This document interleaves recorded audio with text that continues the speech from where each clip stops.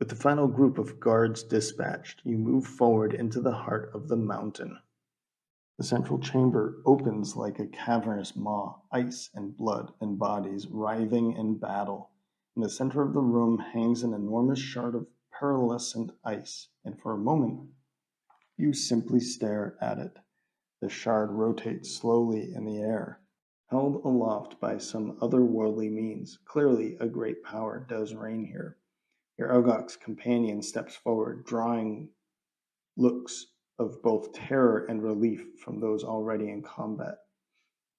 Their eyes move over the chamber floor and lock onto a large figure standing on the other side, a huge Algox who has just emerged from another passage, the other chieftain, who tilts their head back and releases a long, angry roar.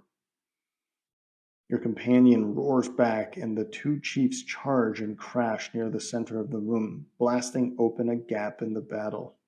Both are clearly more skilled than the other fighters, and each moves with the surety gained from authority. Thunder cracks around the snow speaker, and the ice speaker bludgeons the air and ground with brutal strikes. You only get a few moments to observe the fight before you notice that several of the combatants are waiting to see what you do. But you can afford to wait no longer. If you're going to buy security for Frosthaven, you'll have to help finish this fight. It's time to pick a side. So the special rules are the Frozen Fist and Snow Dancer are enemies to both you and each other. Draw a separate boss monster ability card for each round. All other monsters cannot focus on or target either boss in any way and vice versa. If either boss dies and the scenario goal is not fulfilled, the scenario is lost. Now here we go. This is what is behind the door. We've got a chest over here and a big crystal right there that blocks us, and then the standoff. I gotta say, this is epic that we're walking into a situation where there's two bosses. They both have standees, and it's very exciting. I was just expecting to have both sides fighting in here, so I don't know what to think about that. It's basically we're walking into a situation where they both hate us, even though we just helped her out. She still considers us an enemy due to the special rules. Let's open up these boxes. I figured this would be a good time to open up the boxes instead of by myself. Let's open up these boxes. I am super regretting not having painted these things now. It is now clawing at my conscience. Since I need to pull a boss card for each, I'm going to be using Algox Guard for Frozen Fist and Algox Priest for the Snow Dancer. I thought about going into their tuck boxes and actually pulling those out because these are classes. Let's open up Snow Dancer first and get a good look at our ally, our past ally at least. Here she is. Let's bring her in for a close-up here. That is what she looks like. I was talking about attention to detail. Check out those bases. I'm super, super happy that they took the time to update the bases instead of something just flat. I mean, everybody has it. It's just wonderful to see. So that's the Snow Dancer class. I don't know if this is just Snow Dancer or if the whole class is called Snow Dancer. Here comes the Frozen Fist.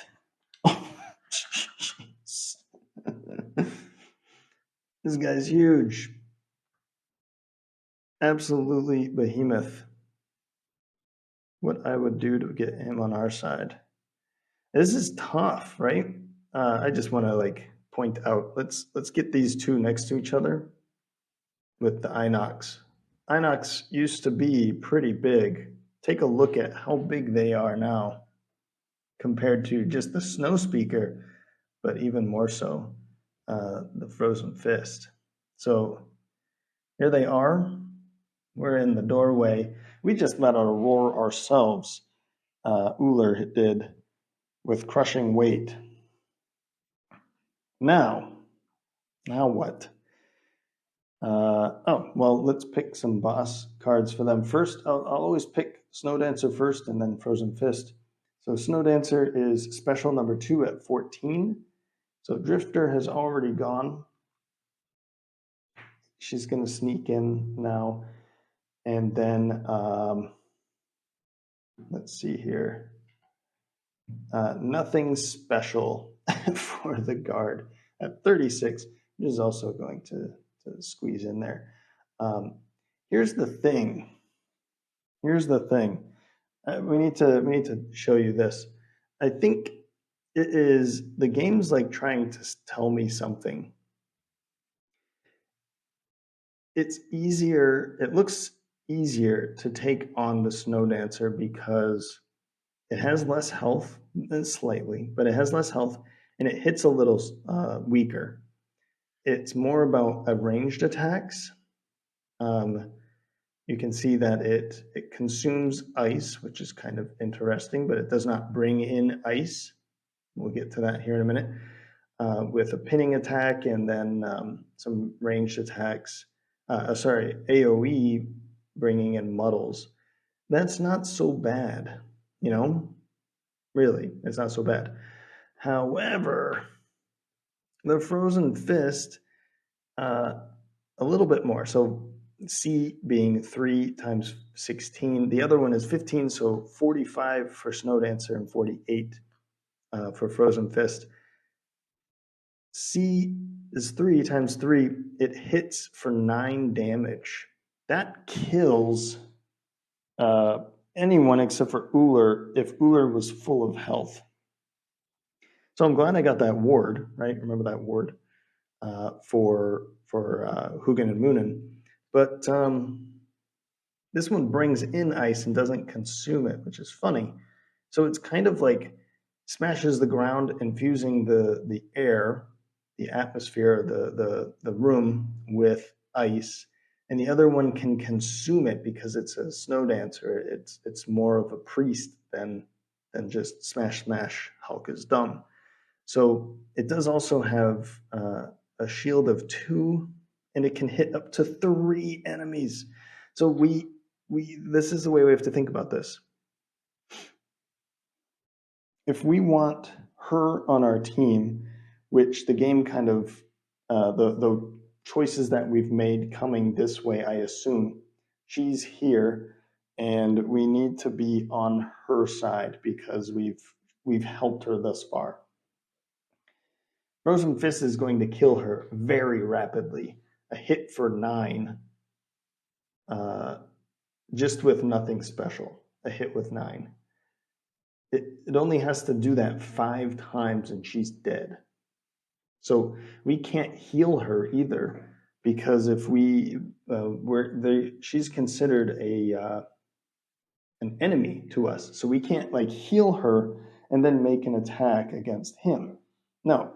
We have to kill one of them, and we have to deal at least half of its health, round it down.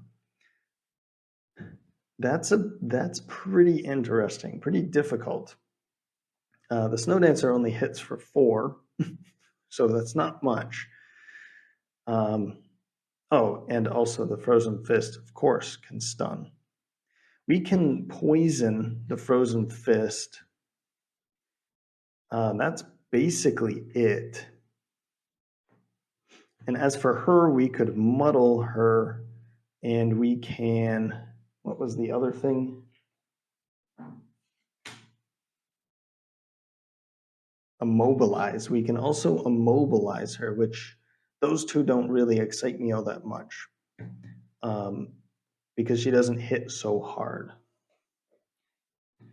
So I would like to attack the Frozen Fist and side with the Snow Dancer because I feel like It was the Frozen Fist and his Algox that were raiding the town, and it wasn't the Snow Dancer and her Algox, like hippies. I guess they're hippies and they're, I don't know, Hicks. I don't know.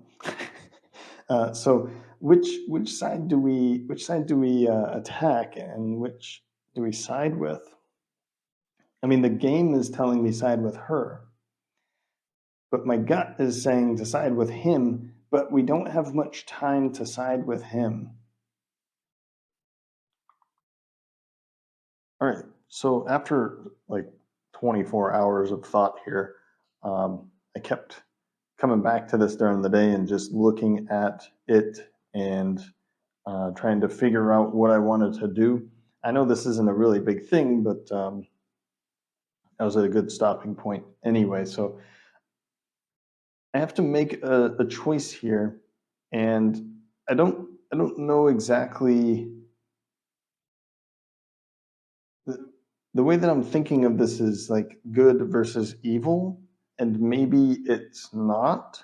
Um, I'd like this guy on my team, but I don't know if I'm going to be able to help him.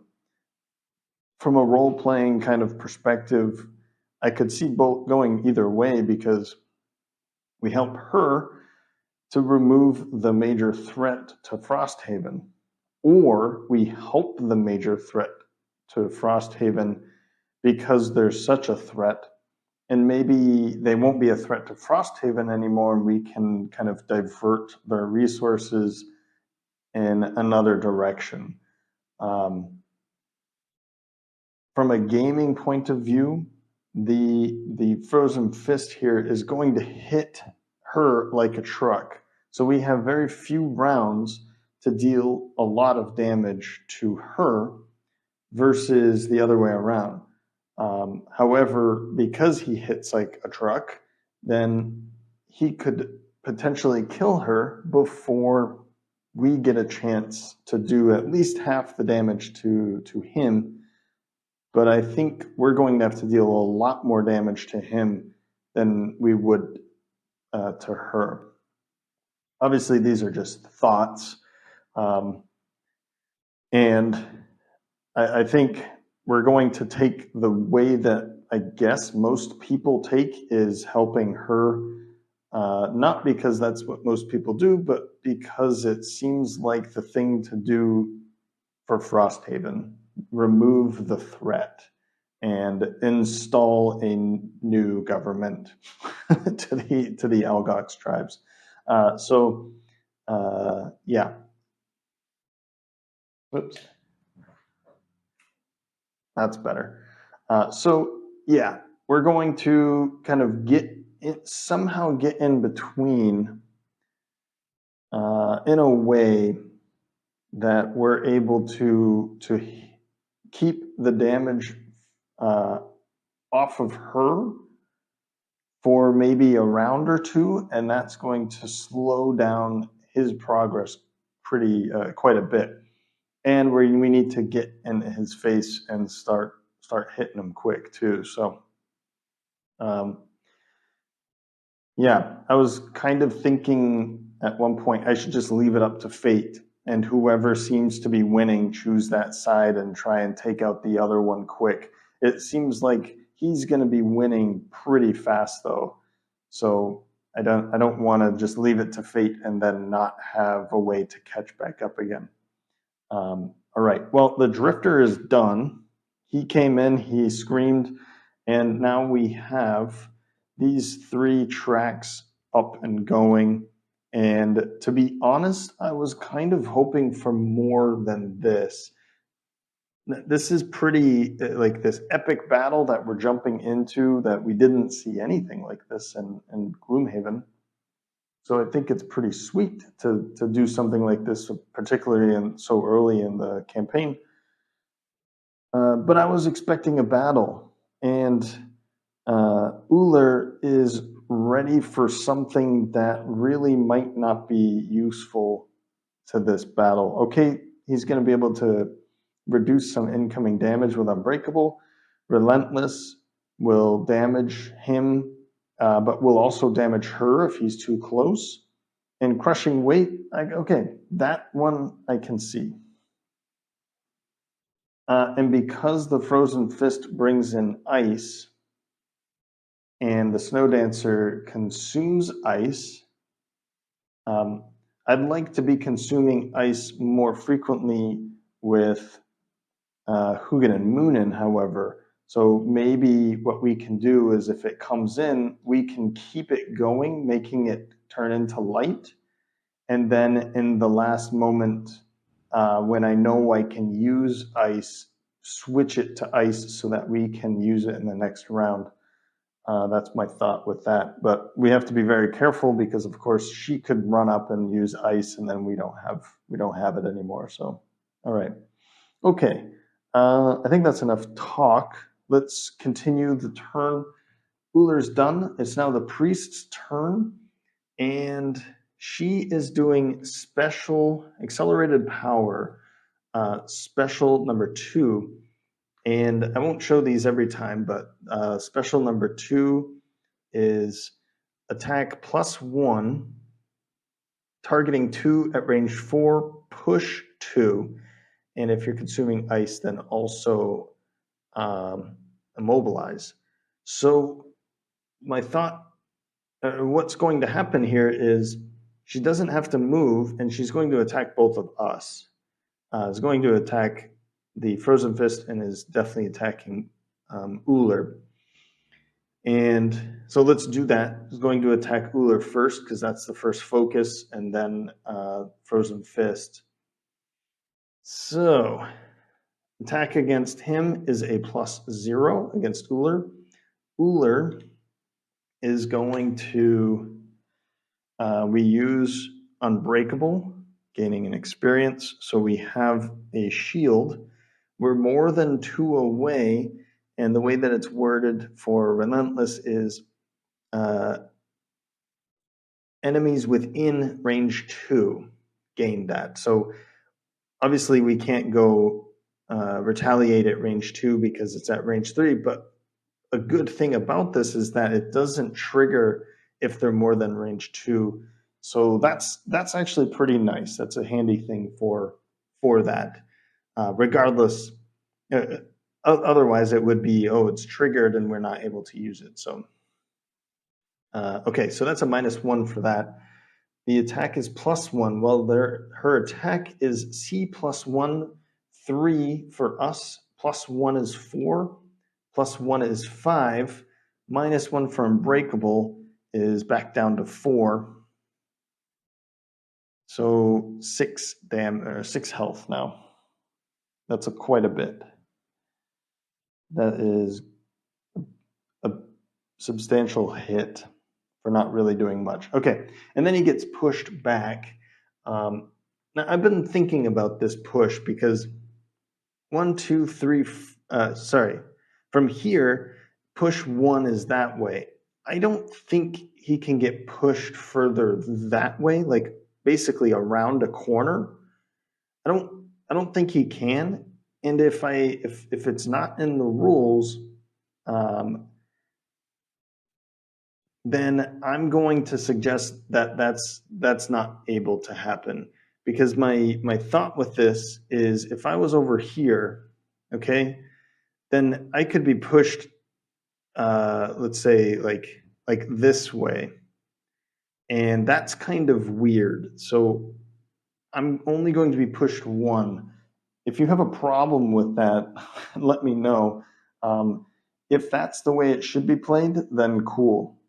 But I feel like getting pushed around a corner is such a rare thing, like through a doorway, that I'm just not going to play it that way.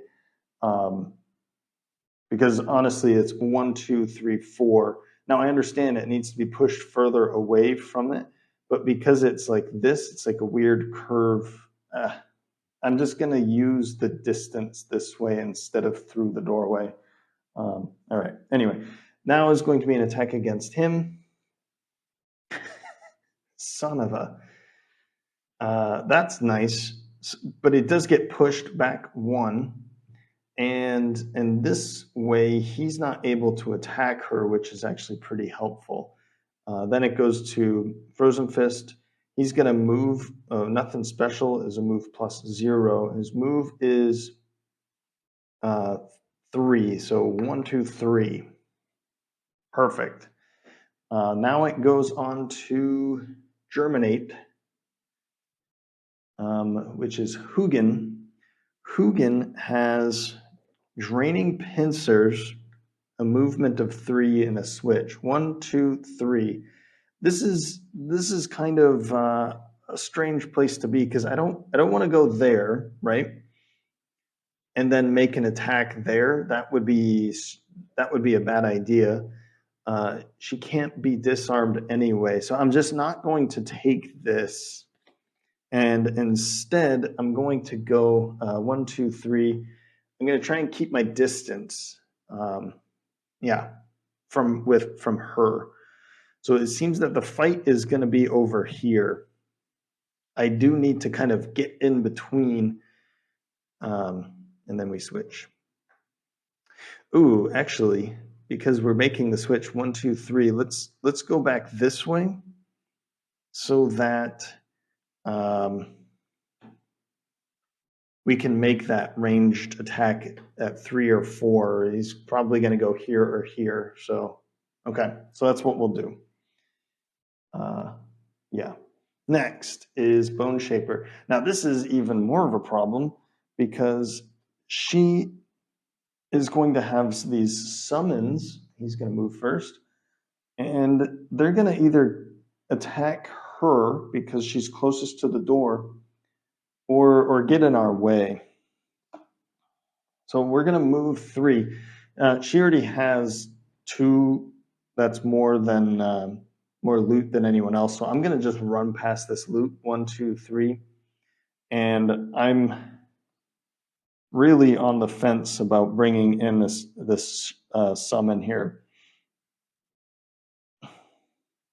I think I'm going to skip it because if I do bring it in, it's just going to go and make an attack against this. I feel like I need to come back here and then drop it so that it stays behind him. Yeah, okay. Well, that's it for the first round in this room. It's definitely interesting. I'm just kind of thinking that it would have been cool to see like a battle going on here, but a battle between like the 2 chieftains is still pretty epic to walk in on. So that's it for this round. I'm going to have to spend some time figuring out how I'm going to help her without having her attacking me constantly, because they are considered enemies of both of us. They're both considered enemies to us, and we're considered enemies to both of them. So this is kind of a tricky little puzzle here. But it's interesting. I'm definitely interested to seeing how this is going to unfold between them. All right. All right, so we're starting off early at 18 with Moonin. Moonin is going to make an attack of 2 at range 3 or 4. 1, 2, 3, 4. So here comes the first attacks, and we'll make a switch. And I'm also going to use this one and attack 3 at 3 or 4 with a pull of 2. So let's pull him over here so that we can start getting him, like, in a place that we want him to be, away from her. Which is also another one of these switches, but I only have 2 other cards left, and one of them has another switch, so it's going to be okay. Yeah, okay. And I do want to start burning cards, so I think at this point, a card that burns and switches is a good thing, because I need them to be getting some experience. So I see some burns, but they don't switch. So I'm gonna have to find ways to do that while switching. Darn. Yeah. Okay. Well, maybe not yet. Then at 61 is Uller with continuous health. That's an attack at range 2, bringing back a token, and then a move and a heal. And I want to go late so that I know where he is. And he's going to be pulled over here. So 1, 2, then I can make a range attack no matter where he is in that location. And then 71, Damned Horde. Let's bring that one in with a move of 4. That way I can get in any position over here with Vorder and then place it somewhere in its vicinity. Okay, now what are they doing? First, Snow Dancer, special 1. Let's see here. That's at 73, so that's after everybody. And then 85, special 1 as well. So that means the special 1, Lingering Strength for Frozen Fist, is bringing in ice. So that means in the next round we'll have ice for nice. Okay, we'll have ice for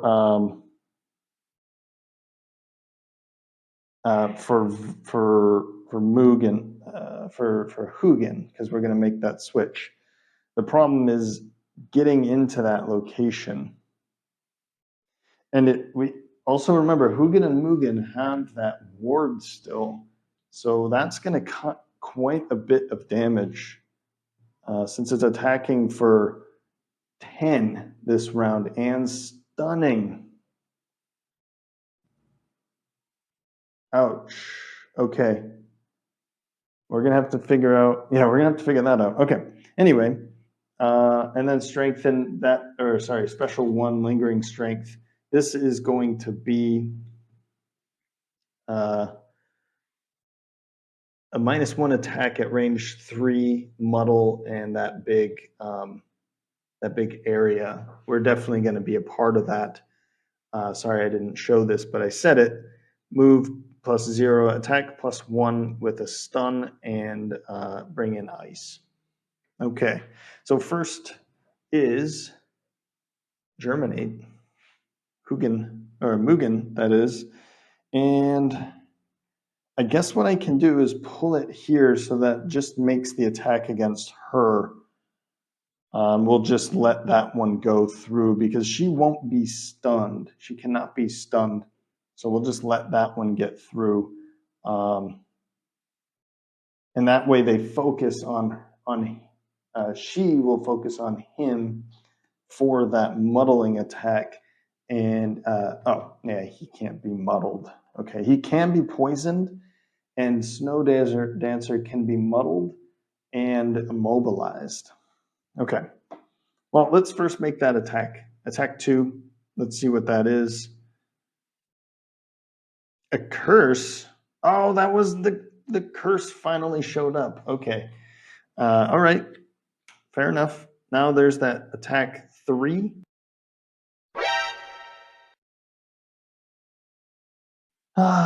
All right. And it gets pulled in. For crying out loud. I haven't even touched him yet, and I just pulled 2. So this is bad, guys. This is pretty bad.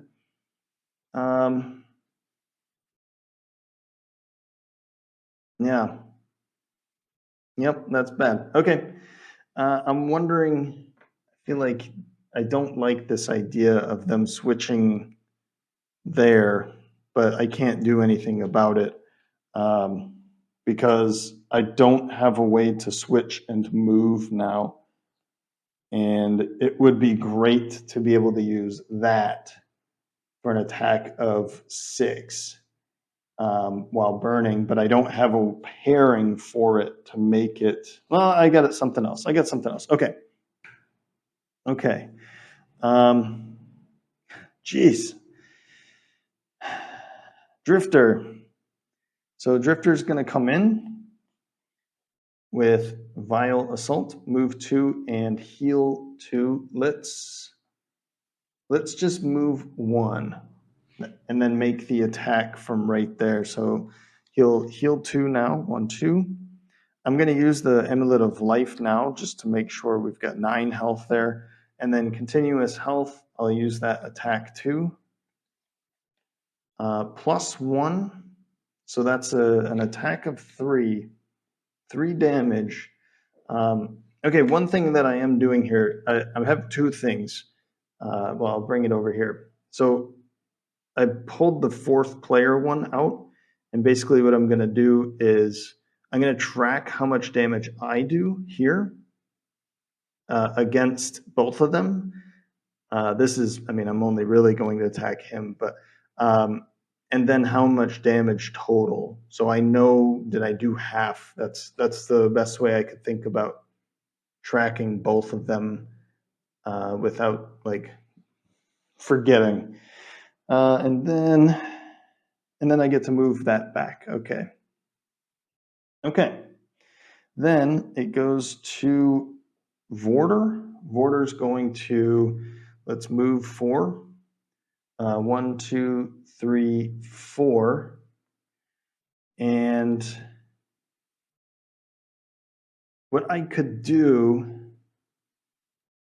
is put it here so that it hits this one instead of her.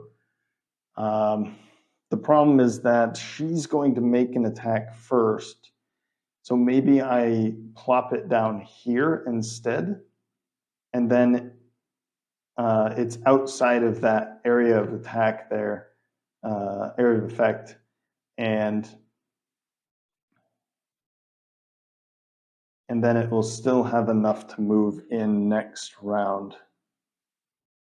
Because I want them to be attacking, right? If they only last 1 round, then that's all it is. But I'm gonna bring it in. That's an XP and 2 damage.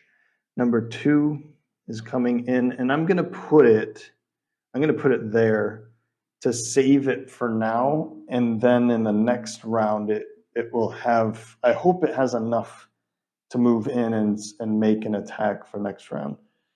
But it could very well just it could move away. Okay.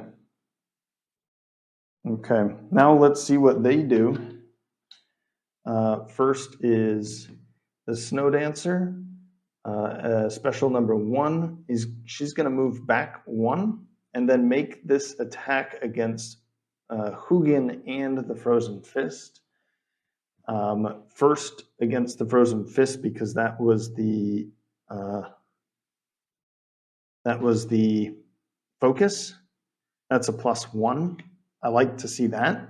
It starts as a -1 anyway, but it's an attack of 4, -1 for the ability, +1, so that is 4 damage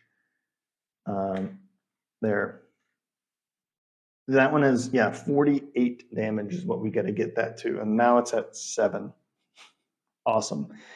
Then it goes to make the attack against him.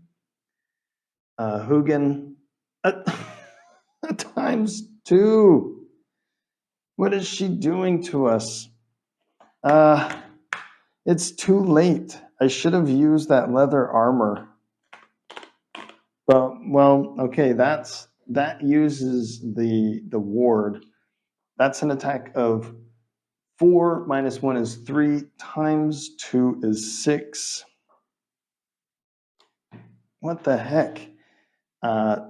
Minus that is 3 more damage. So I should have used the leather armor.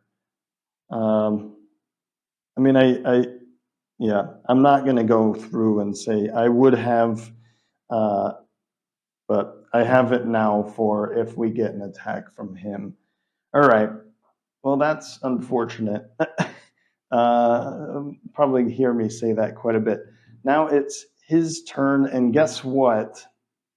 He turns around and does that because that's the closest, or that's the lowest initiative. And now he hits.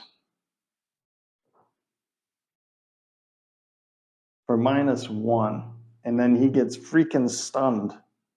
So there goes my mastery. I've been trying for this the whole time, and I can't even go for it. I guess I could take a long rest next round instead of playing 2 cards, and that way, at the end of the long rest, I can make the switch. But let's see how much damage he takes. I'm almost certainly going to burn a card for this. It's an attack of 9 plus 1. We bring in ice. That's 10 damage. Oh, okay. In this case, I am going to use the leather armor. I'm just being stupid now. Yeah. I mean, it would have been nice if they pulled the miss in that case, right? Okay. Okay. I have to burn a card. I mean, I'm not taking that damage. And then he's stunned. Son of a... Like, I'm just being really stupid now. Yeah, stunned. And I'm gonna lose drag down because that's the one I'm gonna lose, drag down. I don't want to, but I'm just gonna say screw the mastery, I guess. I mean, should I? I'm gonna keep going for it. I'm gonna keep going for it.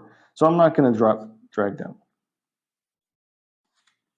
Yeah, I'm gonna drop drag down. I don't have many other options here. Yeah. Come on. All right. Well, that's the end of that round. That went really, really poorly. We do have to now shuffle that.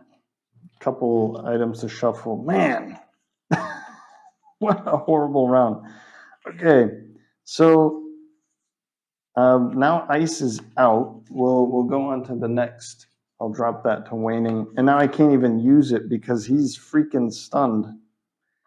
Okay, well, let's see what we can do next round.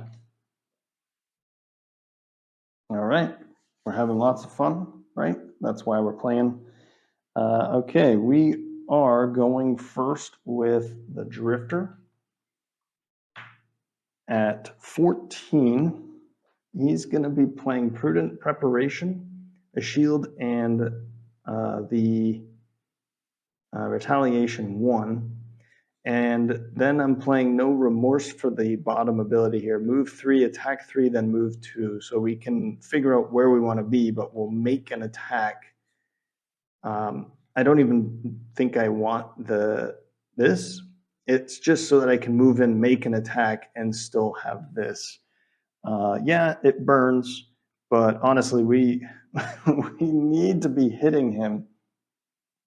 So far, we've dealt less than half of the damage already, and he's already in our face, and he's not even in the face of somebody that I want to be in this face. So then we're going 18 with Vorder, the top of Flow of the Black River, so that I can heal 1, 2, plus 1 is 3. I forgot to move this, so 1, 2, yeah. And then bottom of Command, the Wretched, 1, grant an ally an attack of 5. So that will probably be this one standing right there. And then we're taking a long rest with Hugin,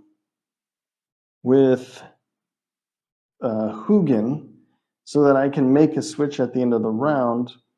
And because he's stunned, I can't do anything anyway, so I might as well not just like throw 2 cards into the discard pile. Let's just make a switch, and then I can use this for the if this is still here, of course at 99 initiative, then we'll turn it into light, and we can figure out what to do with it later.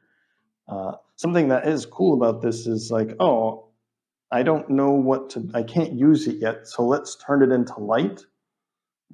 And we can just keep bumping it up every round, consume light to make it light. And we can just keep it there until we know what to do with it.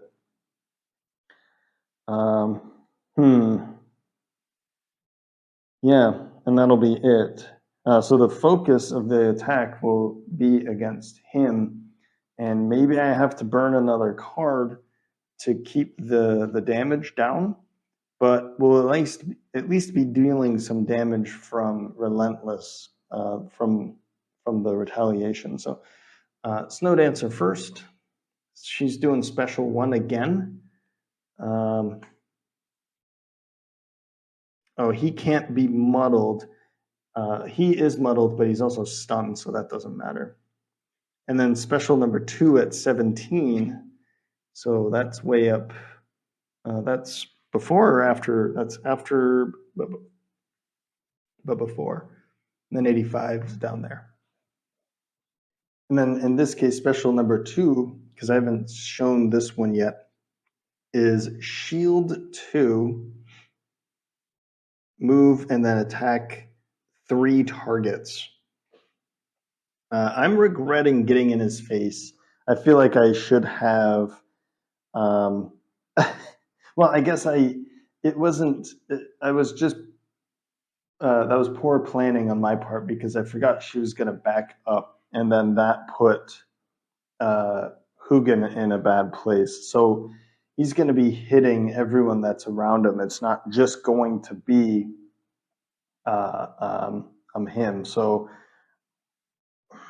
yeah. Oh well. These boss fights are pretty tough, no matter what. So okay, let's do it. Prudent preparation. If I lose, I lose. I start over again. That's it. That's just the way it's going to be. And then I know what's behind the door, and I can better plan. And then the bottom ability here, move 3.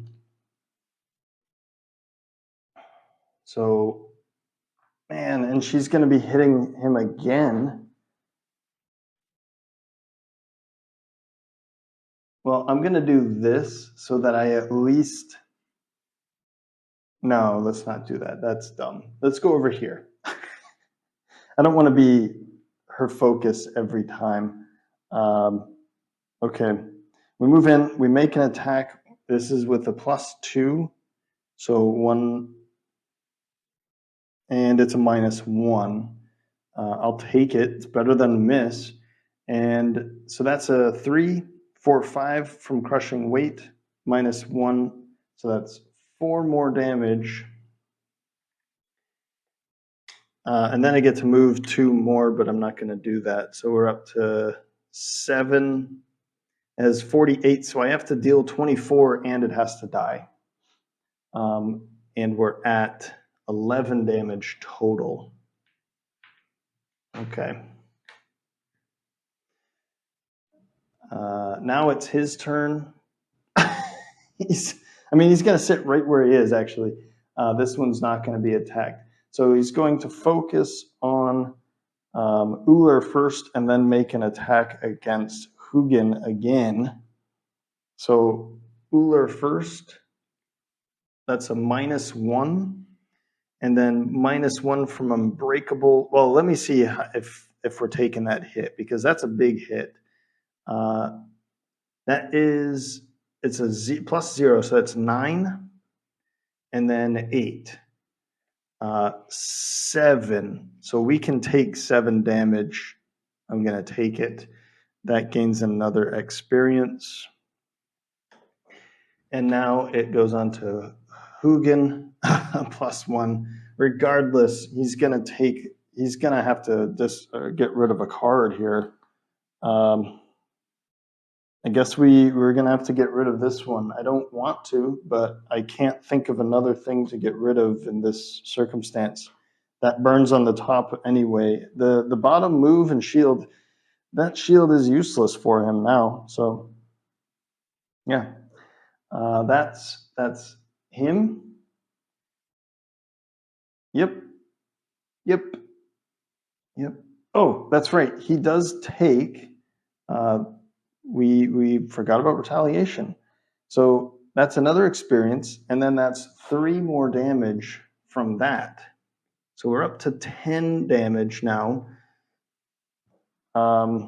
but 14 total. So we're not doing too, I mean, this is rough, guys. This is rough. I don't know what I'm talking about here.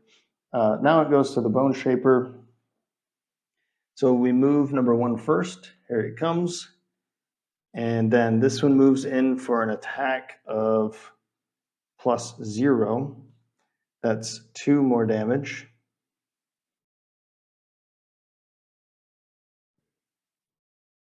That puts us to 12.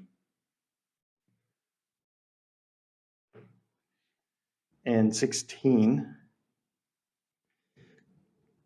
And then let's have it, or let's see here. Who should make the attack?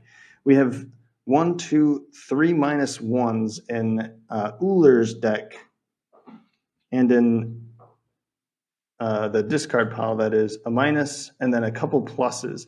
So maybe Ullr should be the one making this attack. It just says grant an ally. So Ullr, go. Oh, okay. I probably would have flipped the table if we didn't, if we pulled something rough there. I mean, ×2 would have been, yeah, I shouldn't say that. That's 6 more damage. We're up to 18 and 22.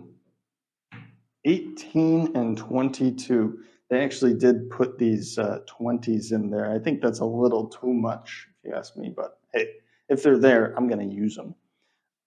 22 damage out of 48, and we've done 18 of it. We're in it. Okay.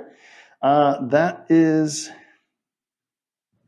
and then we're going to heal 1, 2, 3, so that I'm able to bring in some more, I guess, in the future. Okay. All right, guys. All right. Now it's the priest's turn. She will focus. Let's see here. It's a range of 3. 1, 2, 3. And then it's going to make an attack on all of us. Oh, okay. Okay. We'll let that go. At -1. An attack of 4 at -1. So first is him. -1. That's 4, 3.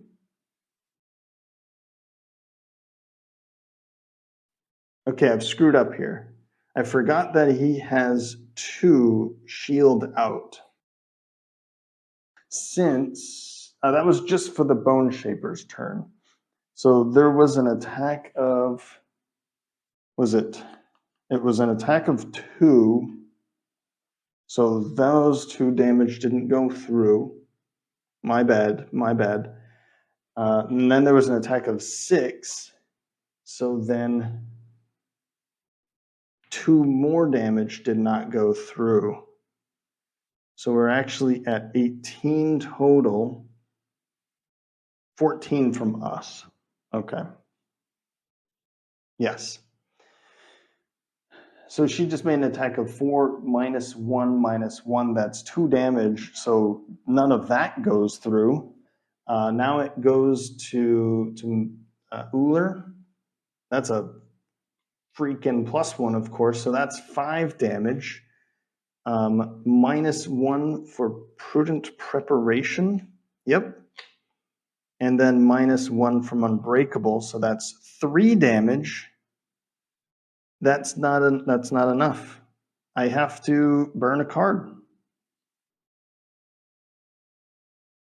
Okay, precision aim gone, because he has 2 damage right now. I feel like I've totally done this wrong, but I would have never known. So now onto the thing here. That's an attack of 0. That's an attack of 3. I'm going to use the Warden's Robes so that it takes 1 damage. Wait, 3. Yep, so it takes 1 damage onto number 2. And then Hugin is 3 damage, which he can take. Jeez. Now it goes to Hugin. Hugin is going to, we're dropping Firefly Swarm. I just don't see a reason to use that one. We heal up 2. We get our leather armor back. And I'm going to consume that to bring in light and then make the switch to Moonin. Okay, we're still in it. Somehow. We get all our cards back. I feel like now's a good time for to just get away from this guy because it's not working out. I wanted to just take a hit and then make it happen but she's gonna run away from him, and now we're stuck with him. Okay, that's it for this round. Let's get beat up next round. Okay, I don't have much choices here, so we're gonna have what we have and try and get away with it. 27 for Mugen first, and we're going with the 3 moves, so I can back up, and then an attack at 3 at range 3 or 4 with the pull. But I'm not gonna do the pull this time; that would be stupid. So 1, 2, 3, and then 1, 2, 3. Yeah, that's all I can do. We'll make that switch. We'll continue that.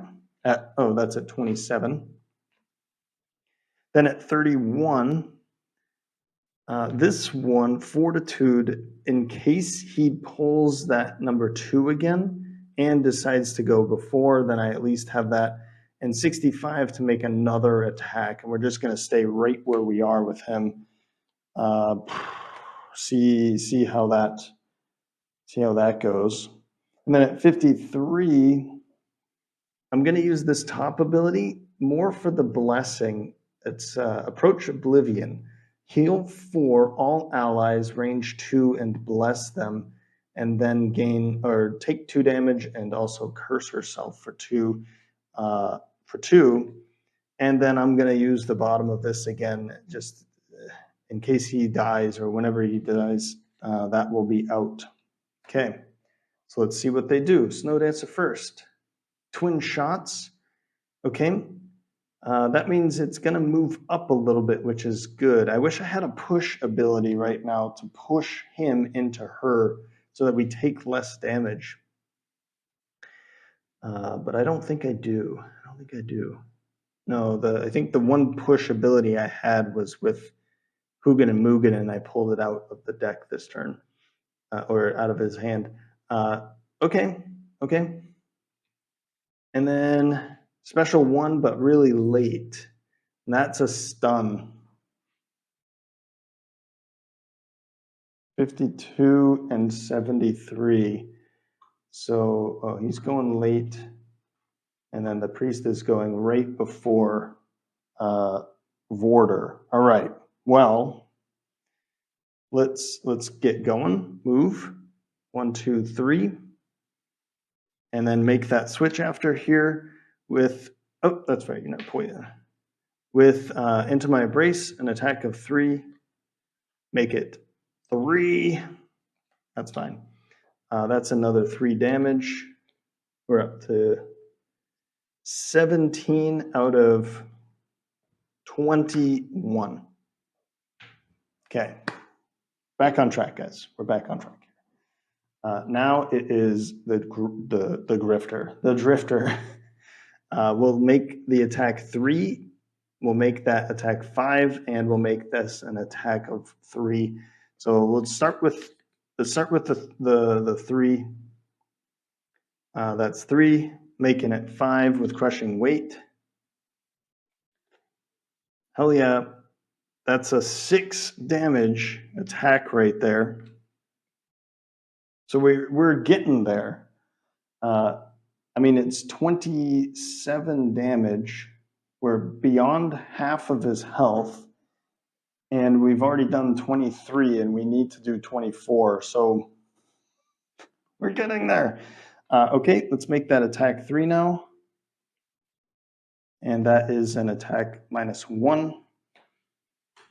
Of course, with crushing weight, get some more experience from that. And 2 more damage there. So we're beyond half now. We're beyond dealing half the damage. All we have to do is kill it. Let's see here. Okay. He's not moving. So he's probably the one that's going to get hit. And in my opinion, that's okay, sort of, because he has to take a long rest anyway. So if anyone's going to be stunned, let's make it him, I guess. That does mean I have to burn 2 cards to keep him alive, though. Okay. Then it's the priest. So the priest is an attack of, let's see here, a movement of -1, and then attack of -1 against 2 targets at range 3. So she's going to move up and attack both of us. Son of a, man, this is, okay, just go for it. There's the +2 against the focus, the frozen fist. So that's an attack of 4 -1 is 3 +2 is 5 damage. Okay, 34 damage. So we're 12 damage away. Sorry, 14 damage away from killing it. And she has 0 damage. Now she's going to, whoops, she's just launching bolts everywhere. Here comes an attack. It's a +1. I have to get rid of 2 cards for that. That's an attack of 4 -1 is 3, +1 is 4. And I can only use 1 for Unbreakable, and that does nothing. So I have to get rid of 2 cards from his deck. Let's get rid of Draining Arrows, because that's not really, I mean, it's an initiative, but I have a faster initiative, and we'll use that. And then Continuous Health. I'm not going to be using that this time around. He's actually dead, now that I think about it, unless he does something dumb right here. Bone Shaper. Oh, nice. 1, 2. Maybe I should have had him go later so that they focus on these bones instead. But I don't. I'm kind of thinking that it's not that bad anyway. We might win. We don't need him. So I'm kind of thinking of doing something else. Oh, let's have them attack first, of course. So that's number 1 attacking. That's -1, so just 1 damage for that one. And then number 2 attacks, +0, so that's 2 more damage. Okay. That's 37, so 11 more damage. I'm wondering if I should just bring in another one so that I have some more things hitting. Or if I should do this. Yeah, I'm going to stick to my original plan. Approach Oblivion, heal 4 for all allies. So 4 here at range 2. You're up to 6. Uller is up to 6. Mugen is up to 8.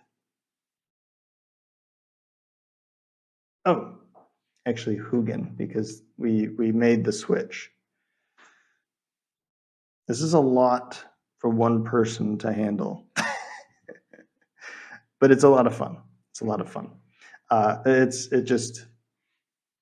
made the switch with the cards, but I didn't make the switch there. For Hugin, and then the Shambling Skeleton heals 1. She's going to take 2 damage and then gain a curse. So we have to use, this is coming from Jaws of the Lion. And then we're also putting this in her deck because we're blessing the shambling skeleton there. He's going to get one. I'm not going to shuffle that until I know that he's going to be alive. And then another one goes into Hugin's deck. Okay, that's 2 experience. And then we use this so that happens. I'm hoping due to his attack. That would be ideal, right? Okay. Now it is the guard's, or the guard. Frozen Fist is going to make an attack against Uller with a -2. That might save him. Special 1. No, so it's 9, 10, 8 damage. If he uses Unbreakable, that's 7 damage, and he can only take 6. So I have to drop 2 more cards, but he only has 4 cards in his discard pile. What I can do is just leave him there as kind of a focus, and I'll do that, but I don't see the point in it. But we're going to do it anyway. Just in case. I don't want to pull him off and then realize, oh, that was a mistake. So let's just leave him on for now. Okay, shuffling in all of those blessings, and then we'll see what happens in the next round. We're much closer to killing him than I thought we would be at this time. So feeling pretty good. We've already hit half, so I'm not going to track that anymore. We're just gonna see if we can, with including the Snow Dancer at this point, can kill the Frozen Fist in a round or 2. So I keep forgetting about Harvest the Essence. And in the last round, I could have made the change, and I think I would have put it to ice. I'm going to consume it and bring in ice. For the purpose of, I wanted to play this card and I was waiting for it to come back. So Icebound Quills, an attack of 5, make it 6 with 2 pierce, and we'll gain 2 experience from it. And then I have to play Draining Pincers for this. I was also thinking about this one, but because this is the only move that I have that can change, then I have to keep this one around, unfortunately. So maybe, well, if we have a future round where I can get that card back, then we'll see. Then it goes to the Bone Shaper at 30. These are just the 2 last cards she has. Let's see what I can do with that. And finally, Long Rest for the Drifter, just to see him survive to the end, potentially. So let's see what they do. Snow Dancer first, special 1 at 85. So that's that AoE with Muddle at 85. And then for Frozen Fist, 36, nothing special. Okay. Will Uller survive? Just to see the end here. Okay. First up, 14 for Hugin here.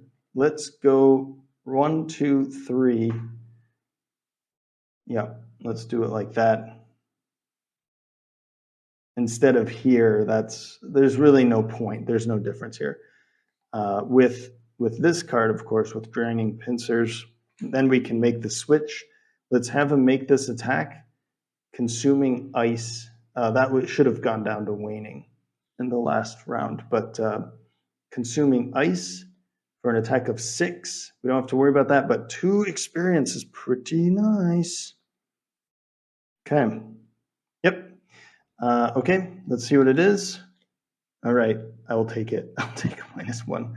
That's an attack of 5. And that card is lost. That's 5 more damage. which puts him to 42. Wow. Wow. Okay. I'm pretty impressed by that. And then we can make the switch. All right. I'm getting it, guys. I'm getting it. I'm getting it for sure. Then 30. Yep. Let's see if it can happen. I don't have to play these yet. Let's see if they can make the attack first. So number 1 first. Ooh, ×2. I think that's it. There's that blessing. It shuffled right to the top. Would you see that? That's an attack of 2 times 2 is 4.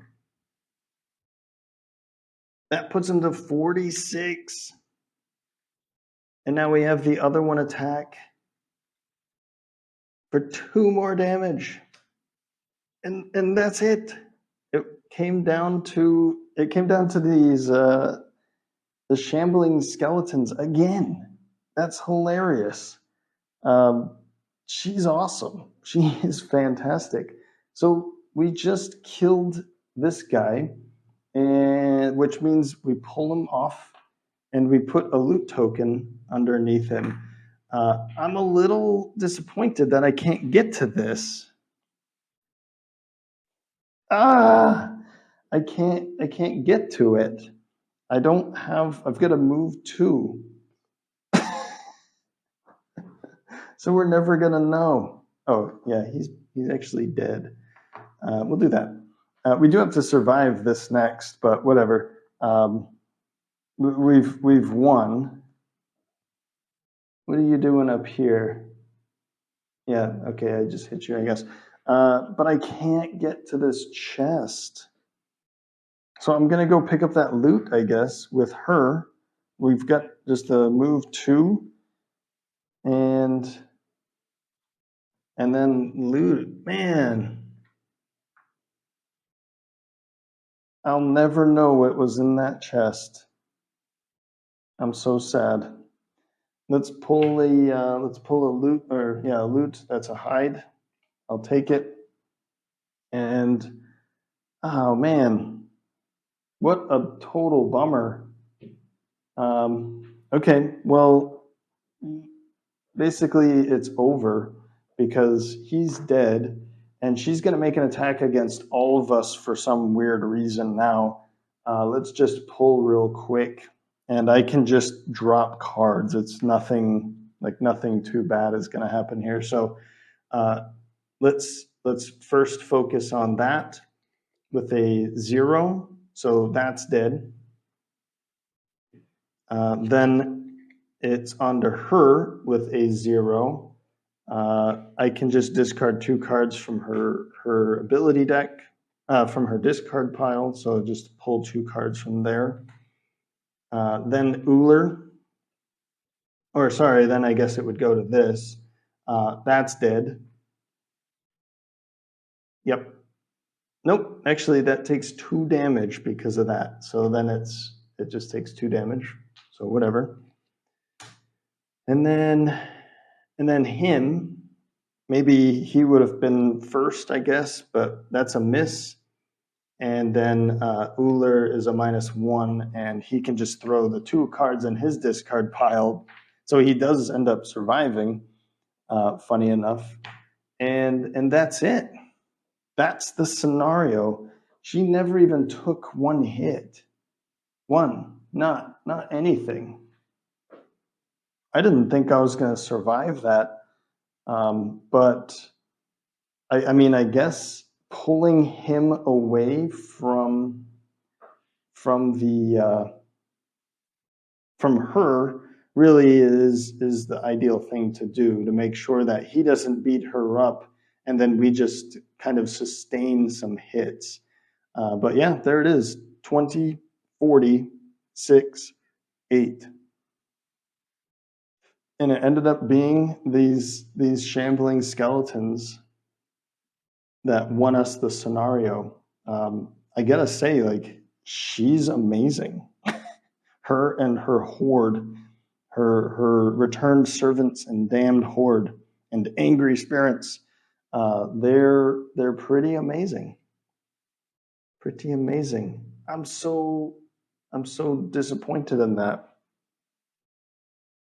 I'm gonna have to go through the video to see if I got assistant. I don't think I did, but I definitely did not get tormentor, and we definitely did get egoist.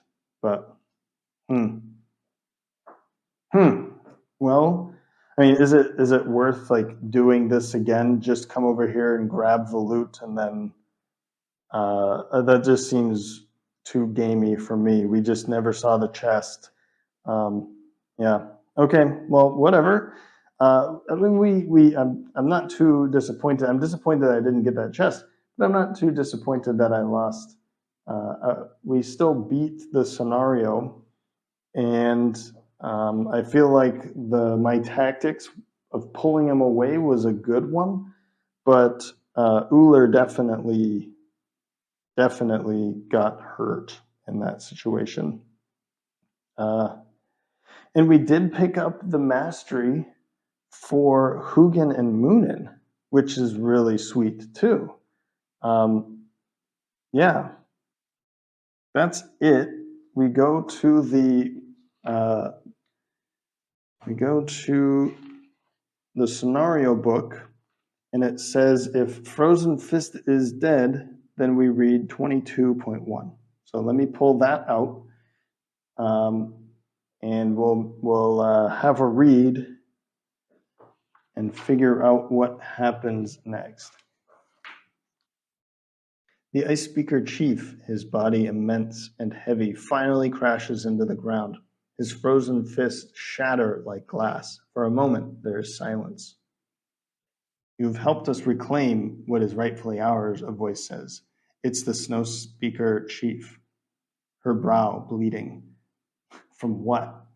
Uh, Now you must tell me why you did it. Seeing no alternative, you opt for honesty. You say that you've come here in response to the Ice Speaker attack on Frosthaven on a mission to secure the town's safety. You'd hoped that by helping the Snow Speakers, you'd be able to broker some sort of alliance, or at least a truce. You're not sure how sincere this all sounds with so much blood covering your clothes, but you do your best to put on a straight face. We have no quarrel with the human town, the Snow Speaker Chief says.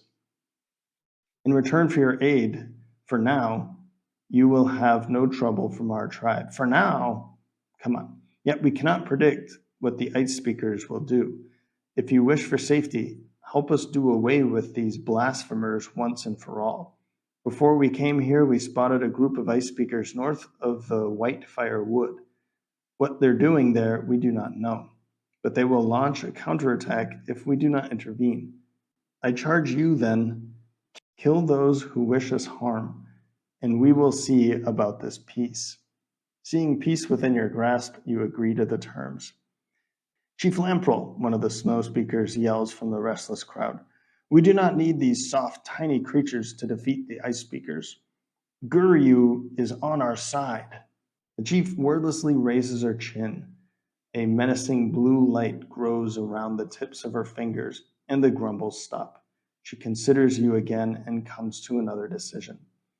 These warriors are here by the will of Guryu. Guryu? Guryu. And it would be foolish not to use their aid. But one of our champions will aid them in this fight, she says, as any good alliance requires both sides to be tested. So now we've unlocked the Snow Dancer class, and that's what I was afraid of. I'm hoping that we're not locked out of getting the Frozen Fist now. I would be kind of devastated if we do not get this guy on our team. In order to get him on our team, we have to play this entire scenario or the entire campaign a second time, and then we don't get to see her. Like I do hope that maybe somehow we get the Frozen Fist on our team, but we do get a Snow Dancer at least, which is unlocked. I'm not going to do anything about this yet. We'll see what when we do a retirement, we'll see if this is a good fit, and we'll bring her in if that's the case. New scenario, Frozen Crypt, and then we immediately read 63.1. Finished with the Algox mountain, you head back to Frosthaven to plan your next move. There you find Satha speaking with the downtrodden populace, still reeling from the last attack they'd barely survived. A few new support beams here and there patch up some of the walls, and we'll be sure as snow in no time. You'll see, she says with a wink. No frost or fire in the world will keep us down for long. Her enthusiasm is met with minimal recognition as the residents continue to sift through the rubble. You grab the mayor long enough to make a report of your time with the Algox. The sea have mercy, she snorts, slightly surprised. This internal struggle with the Algox explains a lot, but at least it sounds like you've made strong progress towards getting at least one group to stop attacking us, so that's something. So it seems that they've been attacking too? Okay. We've had some troubling developments of our own while you've been gone, the mayor continues. Some of the watchmen have reported lurkers, of all things, on the outskirts of the territory. I reckon since you made it safely back to town, you might go out and check on those damned crabs for me. Better to get a handle on them before they show up at our door. She punches you on the arm and then begins to walk away.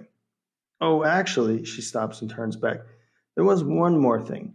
A scouting party came back recently and reported seeing some strange metal constructs marching through the wastes.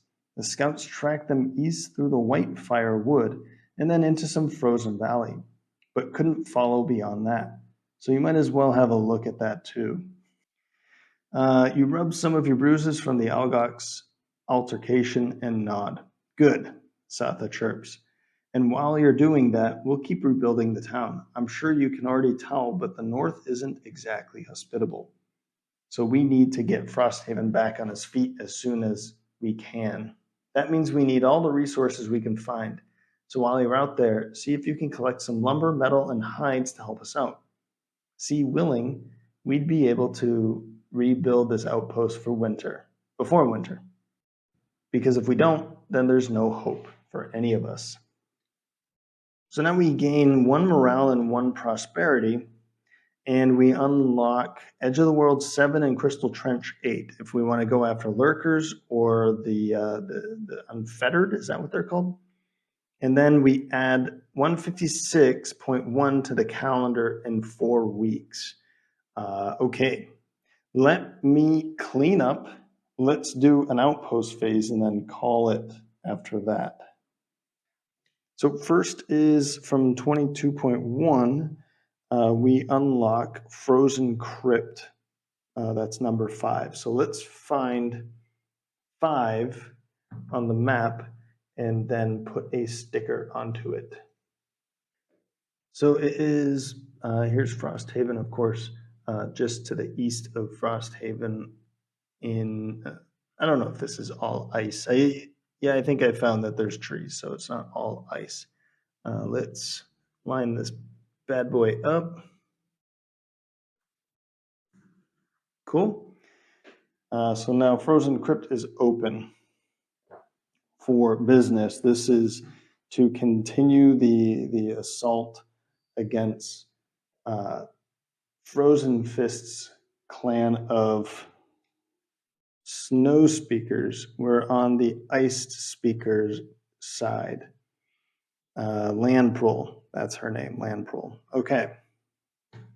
Then we go to 63.1. Of course, I've already read that. All right. We gain 1 morale and 1 prosperity. So let's pull that out. Here's our campaign sheet. So we go up to 6. And then we also do gain, we gain 2 more inspiration because I didn't do it from the last one. And prosperity. Okay. So yeah, 6 now. We're increasing. That's pretty cool. And we have a total of 4 inspiration. I wonder if I should actually have 5 inspiration. No, 0, 1, 2, and 4. Okay. So yeah, we have 4 inspiration for now. So now we've also opened up Edge of the World number 7 and Crystal Trench number 8. Let's pull those stickers out and find them on the map.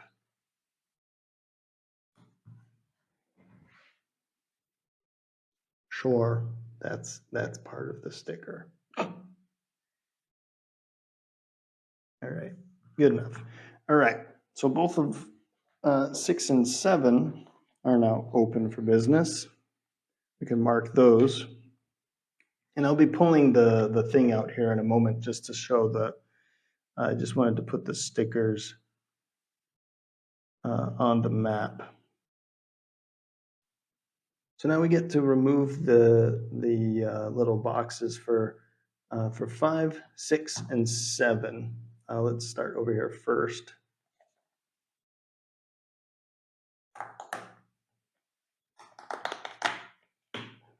So that's the Edge of the World.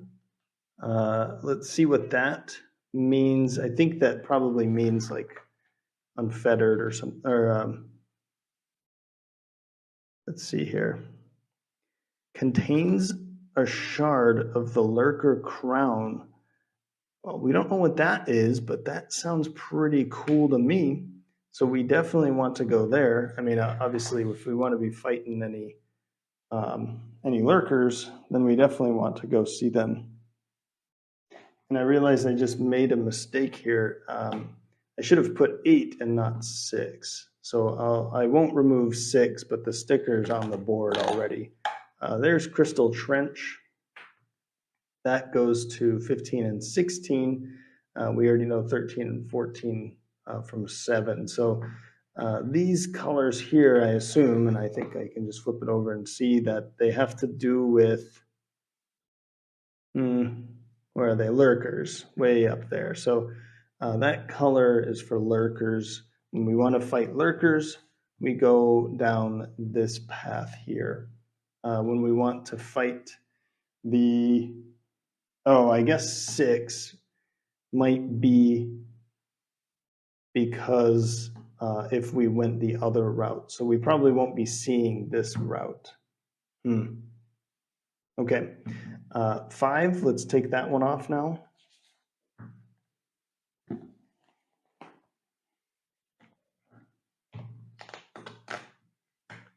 There's the Frozen Crypt.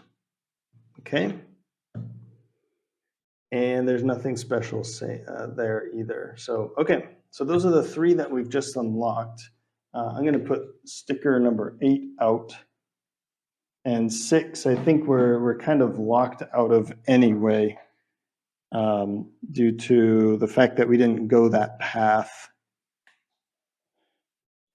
So 8 is at G8. G8, there it is.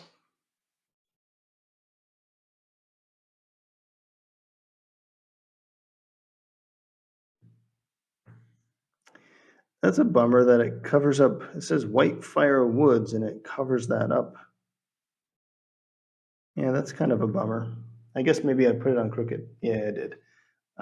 Okay, so there's 8 and Frosthaven's way over there. So this number 6 actually, I can just take it right off. Look at that. So now we return back to Frosthaven for the outpost phase. Pretty fun. Let's go through the steps here. I've got my checklist really close by. I'll keep this. I've got my checklist by. First up is Passage of Time. So that's just right there.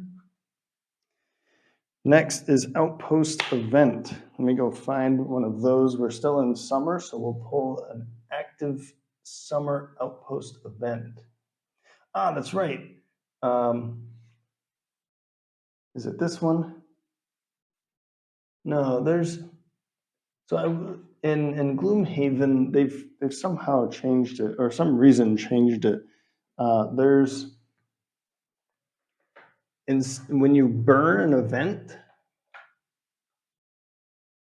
Yeah, okay. So this is the one that I did before, and on the other side it doesn't have an icon there, but that means remove from the game.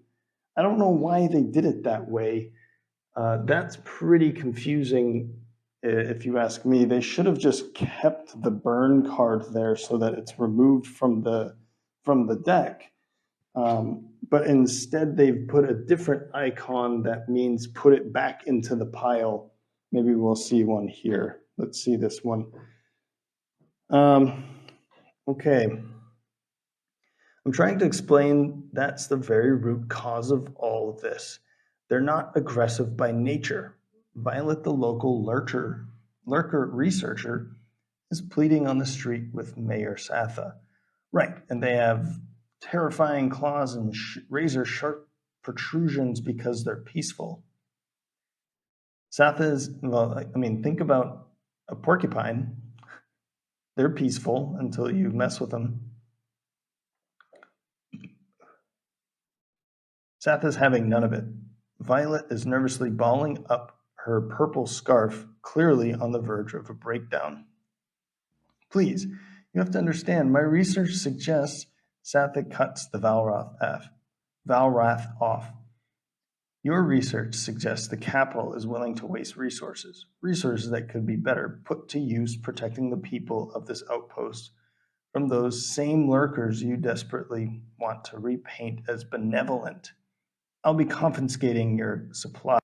So we can either come to the aid of Violet. There's more to the lurkers, or back up Satha's assessment. Lurker research is a waste of resources. Well, it seems to me that maybe we gain free resources if we go on her side, and maybe not so much this one. I mean, we're we're mercenaries. We're coming up here, and we're told to make money. Or we're told to protect Frosthaven. We don't have anybody here that is interested in research. You know, if there was, like, let's say the Tinkerer was part of this, then I would say, wait a minute, let's go for option A. But we're going to go for option B purely for role-playing purposes. Nobody here. We've got someone. The Harrowers are here for fun. We've got hunters, and we have the Bone Shaper. They don't care about any of this. Maybe the Drifter, but back up Satha's assessment. Lurker research is a waste of resources. So we'll flip that. I'll cover up the top here real quick. You can't help but side with Satha under the circumstances. The Lurkers have proven time and again to be vicious, killing machines with physiology to match. You don't doubt that Violet means well, but if there are resources that could be used to protect the town, it's better for Satha to use them on defense rather than research projects. Violet lowers her gaze, then walks off without another word, dejected. I mean, personally, I feel bad, but we add SO 39 to the Summer Outpost deck.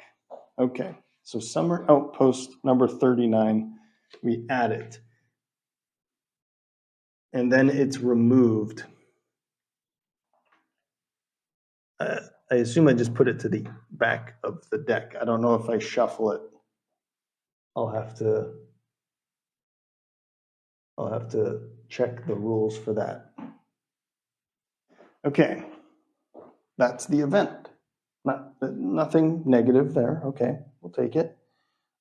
Building operations. Now I get to pull out those cards for each of the buildings here. And we have a new building from the first outpost phase for the mining camp. So we can collectively buy up to 1 iron for 2 gold. Let's do that. We will spend 2 gold. Who has money and wants to be and is okay with spending it? The Bone Shaper has the most money. Oh man, we don't have a whole lot of money, do we? we have 9 gold at the moment. So we're not going to be able to do like an upgrade. Well, we can do an upgrade though. That doesn't cost money. Building costs money. Okay. So we'll have the Bone Shaper just cough up 2 gold because she seems to be most in tune with gathering resources, right? So she's now down to 4 gold, which isn't so much. And that gets us 1 iron. I assume that goes into the campaign sheet. I assume. So I'm going to put 1 there for the Frosthaven supply. Okay. Next, no effect. For the craftsman, no effect for the alchemist. There's nothing going on in the workshop. I guess we could build some of this. And then the barracks says collectively train up to 1 soldier for 3 gold and a material resource. We already have the maximum is 4 soldiers. I haven't seen anywhere that I'm doing something wrong there. So unless somebody out there tells me I'm doing something wrong, then I'm going to keep doing that. Downtime. Okay, so we can level up, but we don't have, just to kind of catch everyone up here, 37 experience for Uller. Pretty darn good there. 25 for Hugin and Moonin, and then 33, another good number for Vorder. So we don't have enough to level. However, Hugin and Moonin, because of switch forms each round, and they picked up 3 check marks, they get 2 perks, and Vorder doesn't get anything either. So I'm going to go through this with the Harrowers, find 2 perks and get them into their deck, or maybe I can do this one because this one is a linked one. We have to put 2 into it. Whenever you perform an action with a lost icon, you may discard 1 card to gain 1 card from your discard pile of equal or lower level. Nah,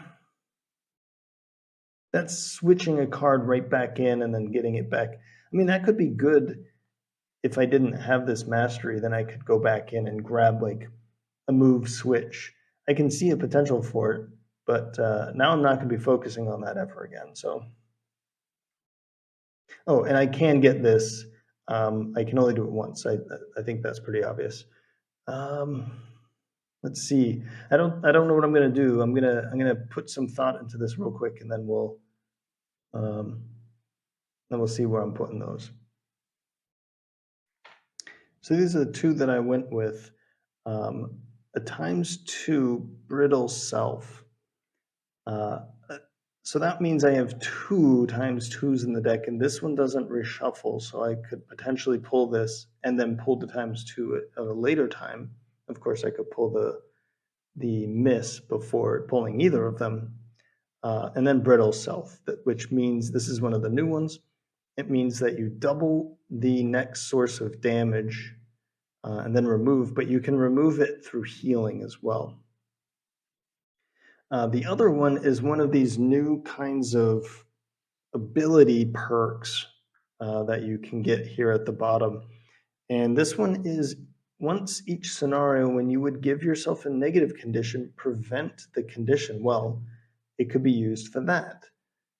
It could be used for one of these ones as well. If you don't have it gain that, well, I can prevent it and then get this for free, or either one for free, that for that matter. Another one is this one. I could skip that, still take the curse, and then make these attacks at 4 without being muddled. That one sounds pretty good. This one, I would, give or take either one of those, honestly, like skip either one, or we can just wait and if this one pops up, maybe I'm going to use it for that. So anyway, I think these two kind of go hand in hand. Let's take these two first. And the thing about this is like a reminder. So it sits in your area, and when you're done with it, you just flip it over and you don't use it for the rest of the scenario. But that's pretty cool. I get two at the same time. That'll be pretty helpful. Those two will be really helpful, honestly. And okay, so retire. We're not going to create. Craft items. This one might take me some time. I'm going to go through. I think I like this idea more, where I go through the whole thing for everyone so that I know what's happening, and I'll just stick to this kind of. I'll stick to the list here. I'll just show it to you here. We can see the whole list there. I'm just going to stick to the list, and it kind of makes sense in this kind of order anyway. So we'll now I'll go through everyone's resources. We have 3 metals and 1 hide for Uller. For Hugin and Moonin, we just have the 1 hide. And then for Vorder, we have 2 wood, 2 iron, or 2 metals, and 4 hides.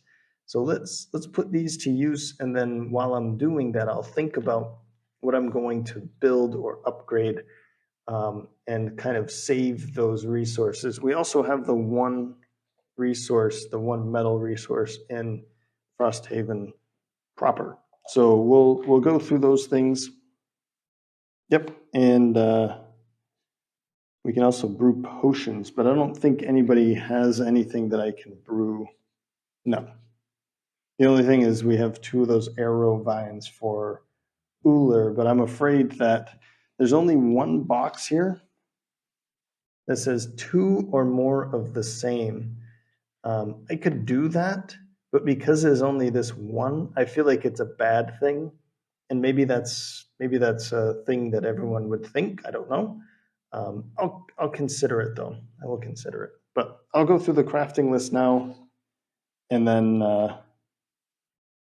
and then we'll think about what's coming up next for an upgrade for the building. After much going back and forths, we're going to give Uller the traveling cloak as a hunter. I think that fits him anyway. That means that's his only hide, but that means his his maximum hit point value is now increased by 1.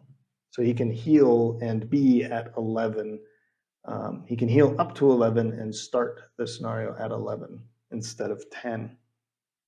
That gives him a little bit more oomph, I guess. And again, I'm only going to do 1 per class.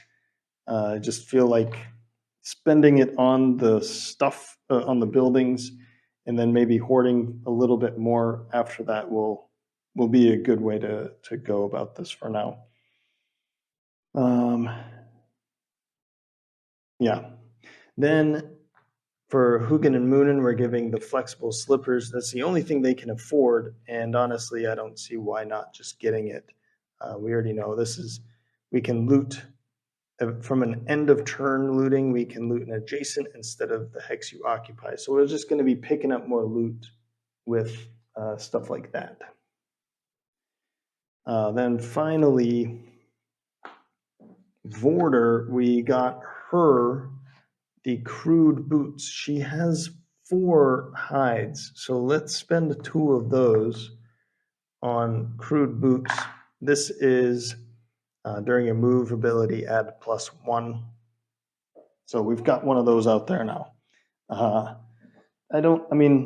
She's not like in dire need of movement, but now that turns a default into a 3, and it's reusable.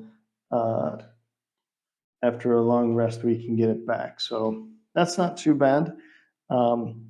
The flexible slippers are also reusable, and then the traveling cloak is just a passive ability. Okay, so that's that. Everyone has crafted. That gives us now a total of, well, Hugin and Moonin don't have anything else, so we can just put you away. We now have a total of 2 wood, 5 iron, or metals, whatever, and 2 hides. Brew potions, I'm going to just do it. Why not? That way we know what's under there. I assume it's something bad because we can do it any number of times. I'm just going to assume it's bad, but let's do it and get it over with. Just rip the Band-Aid off is how I like to live my life anyway. So that's 2 arrow vine for Uller. Let's see what it is. Anybody out there that knows that it is bad is screaming at me, don't do it, don't do it. Deadly mixture, 119. Yeah. I don't know if you can see that. So let's pull that out and see what it is. Maybe it's something really cool. I don't know why you'd want to do this. During your turn, perform wound, poison, immobilize, and disarm to yourself. Yeah, I don't know why anyone would ever want to do that, but there might be a time to do it. I just don't know. Maybe there's a class out there that likes being hurt. I'm gonna give it to him now, just to. I mean, it does count as an item, right? So maybe we have Helene. If she needs to make one more or something, we can just go for that, and we don't really even need to take it into battle. We could leave, like, there's even 2 of them, which I find funny. I find that really funny. So, yeah. Okay. Well, regardless, yeah, that's what we've made. I figured it was going to be something bad, but even worse is that it's something useless. I was thinking like, oh, we put these 2 things together and like you can't go on the next, like you're sick. You can't go on the next scenario, something funny like that. Sell items, we're not going to do anything like that. So that's the end of the downtime. So now we go into construction. Oh, we even have one more. I forgot about that one. So we have 6 iron. So yeah, now we go into the construction phase, and the only thing I can really see doing, because everything on the map costs 10 gold on top of the material resources, everything, even this wall up there. So everything costs money, and we don't have any money. So all I can do is upgrade something here. Whoops. Well, we don't have enough to afford upgrading the mining camp, and we have to have a prosperity level of 3 anyway. So we can't do this one. Craftsman, I'm considering this one now, yes, but we can only do 1, right? We can only do 1, or we can lower the morale and build a second. So we could do this, and I'm considering that the most. We could do the alchemist. I don't think I'm going to. And then there's the workshop. I don't have, what did I say? I only have 2 wood, I think. Yeah, 2 lumber. So I can't do the boat. I can't do a sled, but I could do climbing gear. But again, I still haven't seen where I need these. So I'm going to hold off on this for now. And then the barracks. So we're going to upgrade the craftsman. That's 2. Well, first of all, level 1 prosperity. We have that because we start at level 1. 2 wood, 2 iron, and 1 hide. I'm going to take it from the people's. Yeah, we're going to take it from us first because I feel like the way that I'm playing the game, it might be best for me to have the supply be available for everybody and the personal supply be near depleted. And if we need more gear, then we need to be looting. So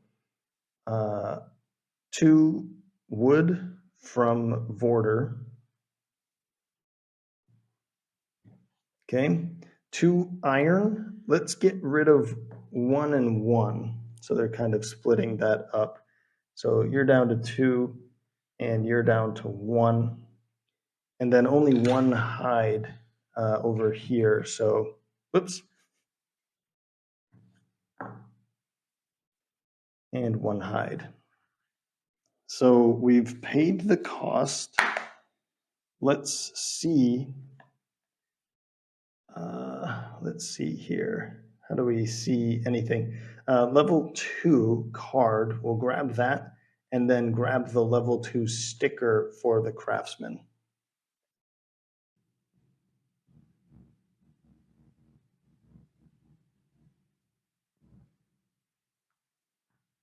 There it goes. There's the sticker there for the level 2, so you can see how it changes ever so slightly, but every sticker, it looks cooler. And then the card has a new thing at the bottom there. It says +1 prosperity and add 11 to 15 to the item supply. So that's cool. Let's do that really quickly. 1 prosperity for Frosthaven. We're up to 3 of 5, and then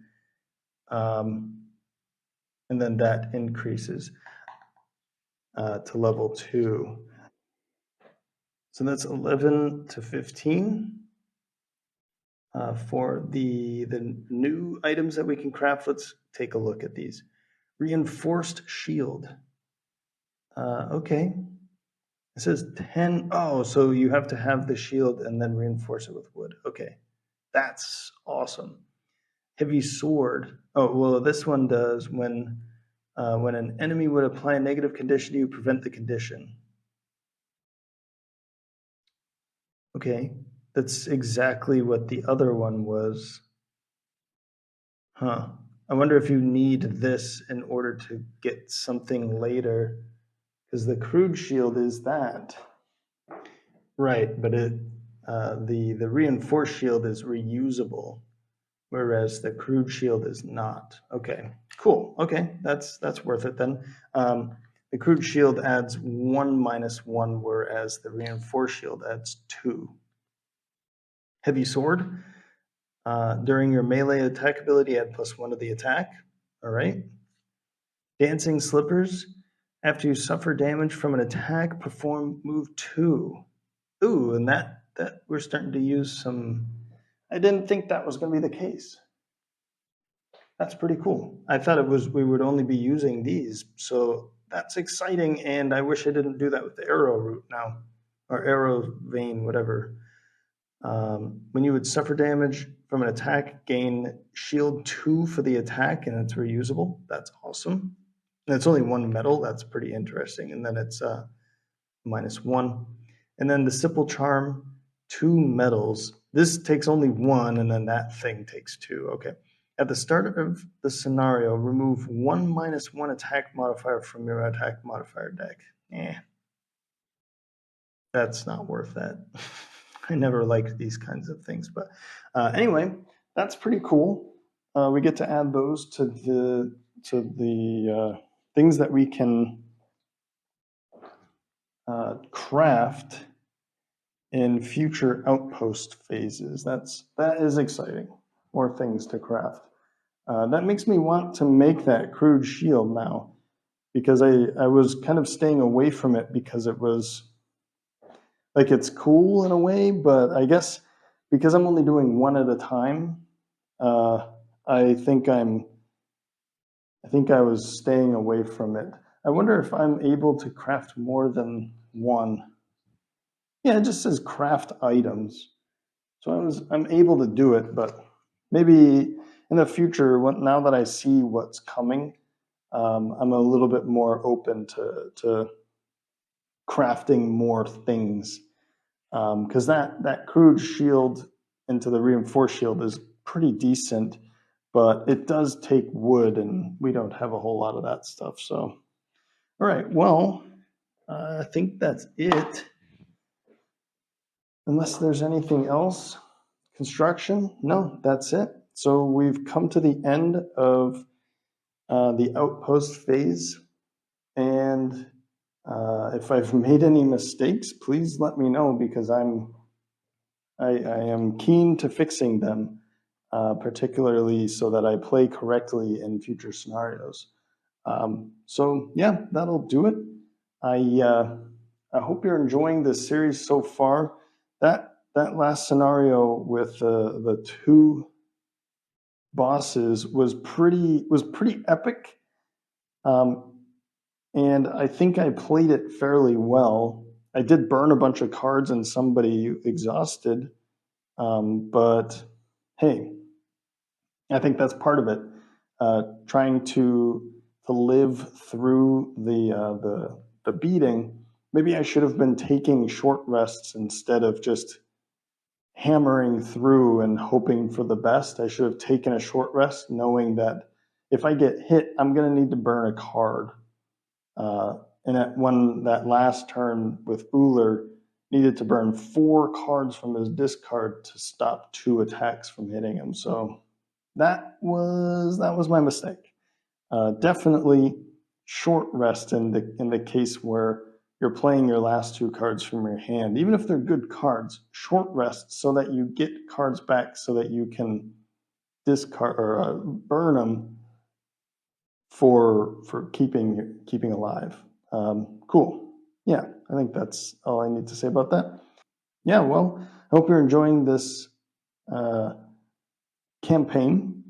I sure am. I'm looking forward to learning more. I'm kind of disappointed that I didn't get that treasure, and I'm hoping that the ice fist, no, frozen fist, actually does come and join us later. Even if it is much later, I hope there's a way to unlock him, and we're not completely locked out of that class because of our choice that we made so early in the campaign. But it is pretty cool to see that we've unlocked one so early too. So give and take. Cool. Well, I hope you enjoyed that scenario. If you did, you can let me know by leaving a like or a comment. As always, thanks for stopping by, and hope to see you next time.